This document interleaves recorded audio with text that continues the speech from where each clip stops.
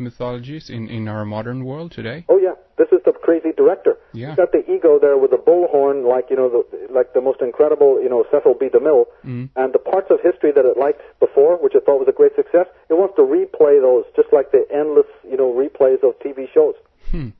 So, that's why you have constant replay, mythologically speaking. Yeah. It's because the director wants to see the performance again. This is this crazy Nero, saying, listen to my song. You'll play the same thing 1,000 times till you're bored to death with it. Yeah. And so in history, we also play out similar scenarios because, this King Nothing, the ego, wants to basically, live out that big high that it had before when it saw, whatever particular scenario that it dreamt up. Very interesting. Yeah, that makes a lot of sense, actually. So very interesting. And also, of course, you emphasize the connections between the mind and the world, between psychic energy and physical energy. And can you go into that more? Well, yeah, but I want to finish we talk about the ego. What is the self? In order to distinguish the self is not an idea. The self is not an idea created by your ego about yourself. And in fact, many people have to deconstruct the ideas that they have about themselves. They can either do this through a psychologist or do it personally through personal ritual, or, they can listen to some Byron Katie. I don't care what it is, but in order to even sort of get to even a remotest understanding of what you are as a self, you're going to have to deconstruct the ideas of the ego about yourself. And on top of that, you're going to have to deconstruct all the rubbish that people tell you about yourself. None of that has any meaning. Yeah. But, we can be more poetic about it because in the Shvetashvatara Upanishad, they have a poem about the self, and it says, that person, the maker of all things, the great self, seated forever in the heart of man, is perceived by the heart, by the thought, by the mind. They who know that become immortal. In the Katha Upanishad, it says, that self is smaller than small, greater than great, is hidden in the heart of this creature. You see, so the ancients are also talking, in the most ancient of times, about the self. And Jung, he says in one of his letters, although the self is my origin, it is also the goal of my quest. And this brings up a very important point, because the self, or if we want to talk in religious terms, the self is the soul. But the interesting thing is that the soul is something that you create during your life through what is called experience. It's not really something that's given to you. So this is just another little, important aside. What we've been talking about is that, there is a thing called a self. But believe me, the self is something that people have to work on. It is the soul, and it's something that you have to work on with experience. It's not going to be given to you by some pope or priest. And it's certainly not already given to you by God. You're here to create a thing called a self. And Nietzsche, of course, he said that the individual, and he's talking about the self person. The individual has always had to struggle to keep from being overwhelmed by the tribe. If you try it, you will often be lonely and sometimes frightened. But no price is too high to pay for the privilege of owning yourself.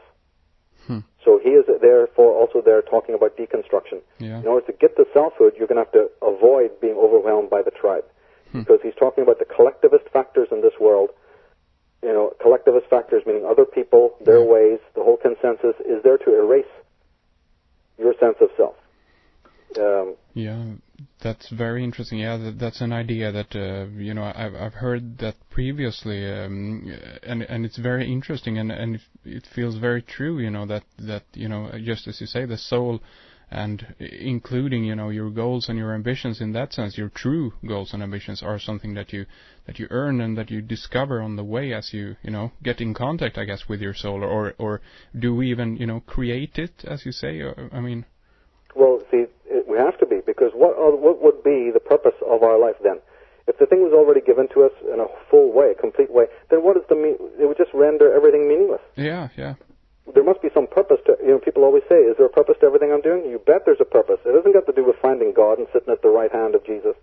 The purpose of all your life, the purpose, is to develop yourself. You are the clay that's being made into the David. You are the one who's being made into the Christ. This is the teachings of all metaphysical teachers. In the Gospel of Thomas, one of the most profound statements that I know anywhere is in the Manichaean Gospel of Thomas, this so-called uncanonical book that was left out of the Bible. And it says, when you know yourselves, then you will be known. And you will know that you are the sons of the living Father. He's talking about the self. The living Father is the living self. But if you do not know yourselves, then you are in poverty, and you are poverty. So it's the same refrain that at Delphi they said, know thyself. In Vedanta they say self-realization is necessary before God-realization, okay? So here is what and these were the words of Christ. These were the uncanonical, apocryphal words of Christ that they had to leave out of the Bible because this was important, that people did not take responsibility to know themselves. Well, Henrik, you are living in a world filled with people who have no clue about themselves, who are operating from the sphere of the ego.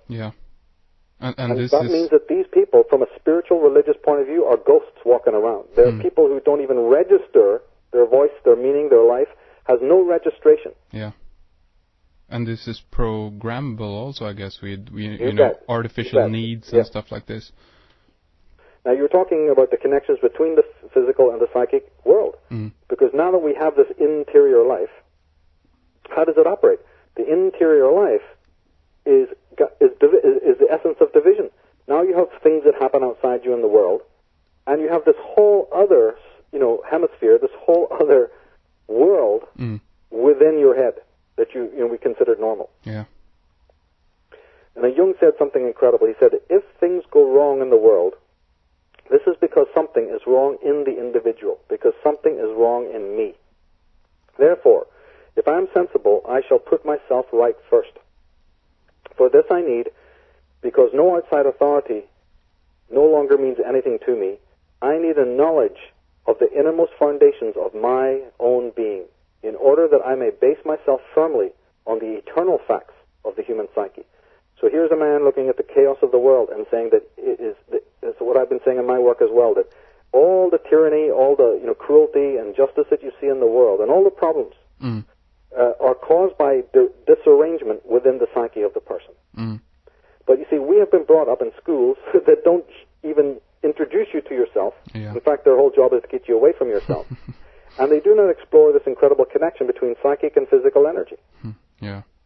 B.F. Skinner and J.B. Watson, the behaviorists. Behaviorism was, in vogue for such a, decade after decade. This was taught in Stanford University, from the top universities of the world. They had these so-called experts who said that there wasn't even a thing called consciousness. Here we are talking about connections between consciousness and the world. J.B. Watson literally said that because consciousness was not physically observable, it didn't exist. Exactly. My God, Henrik, that puts a china cup above you as a human being. Oh my God. This puts the sewage in the drains above you, because it's physical, it's observable, it must exist. But consciousness, the things that created, Rembrandt and Bruegel, the things that created, Handel's Messiah and Beethoven's Seventh Symphony, that doesn't exist. That can't be seen. Exactly. That's an illusion. This was taught, my friend, from the highest universities. Oh my God! I mean, it's. I mean, in some sense, I guess we are also returning to the science of the soul, or at least on the outsides of science. Finally, we're going into that again. So that's right. And luckily, their theories were so vagrant and so utterly unsustainable that they had their fling, and then of course they had to get rid of it because the thing was just so a laugh. But they tried it. I mean, this people were failed. People couldn't get PhDs and degrees because they wouldn't buy into this. This was the big hegemony for years. People may laugh at it now. This was the in thing, this positivism and atomism and behaviorism.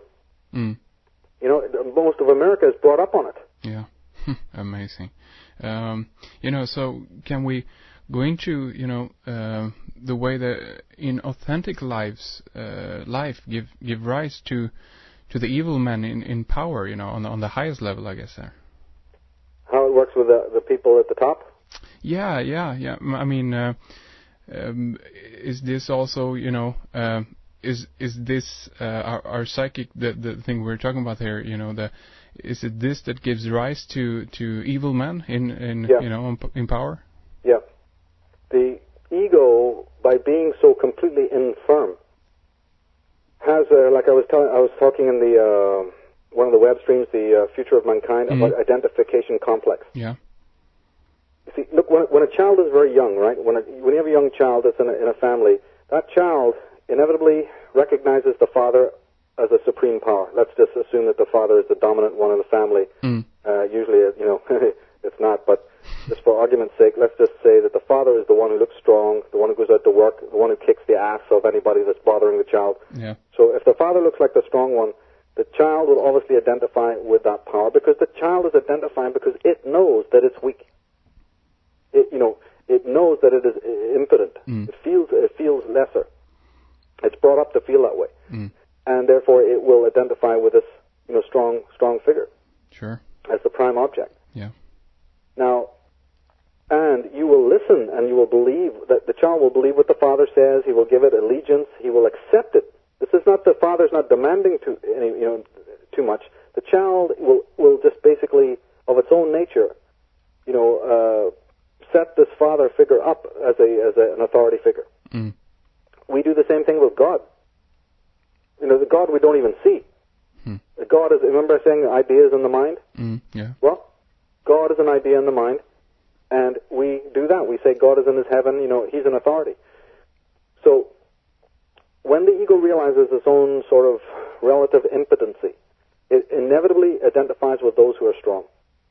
It already does this as a child, and then later on people grow up and they're still children. You can grow up to be 30, but you can be emotionally, like a teenager or younger. We know this anyway. It's obvious. There's people. Yeah. There's physical instances where there's people who are 30 or 40. They have an IQ of a teenager, right? Yeah, sure. You accept that when it's physical or mental. Well, believe me, it's the same thing emotionally. So this is how these individuals, use this by keeping us at a very emotionally, arrested level. Yeah. And this goes for the Bible. You read Peter 2. In the book of Peter, it says, "Slaves, submit yourself to your masters with all respect, not only to those who are good and considerate, but also to those who are harsh. For it is commendable if a man bears up under pain of unjust suffering, because he is conscious of God. But if you suffer for doing good and you endure it, this is commendable before God." So Peter is happy to tell you, don't rebel. You take any kind of suffering from a leader or an evil tyrant. Yeah. Because God thinks that's good. He doesn't want you to rebel and kill that tyrant and throw him into the ocean. No. You're meant to suffer until your life is not worth living. But that's okay in God's eyes. And everybody believed it. Eric Fromm, he says in his book, Anatomy of Human Destructiveness, the sick individual finds himself at home with other similarly sick individuals. The whole culture is geared towards this kind of pathology. Yeah. The result is that the average individual does not experience the separateness and the isolation that the fully schizophrenic person feels. He feels at ease amongst those who suffer the same deformation. In fact, it is the fully sane person who feels isolated in the insane society. Yeah. Now that's the outsider. The outsider has an insanity of his own because he doesn't fit in with the consensus, you see? Yeah. Of all those people who've bought into this. And here's one of the greatest quotes about this, the evil man, is from Glenn Parton. He wrote a book called The Machine in Our Heads. He said, "We have internalized our masters, which is a well-known psychological response to trauma." See, again, the ego was born out of trauma.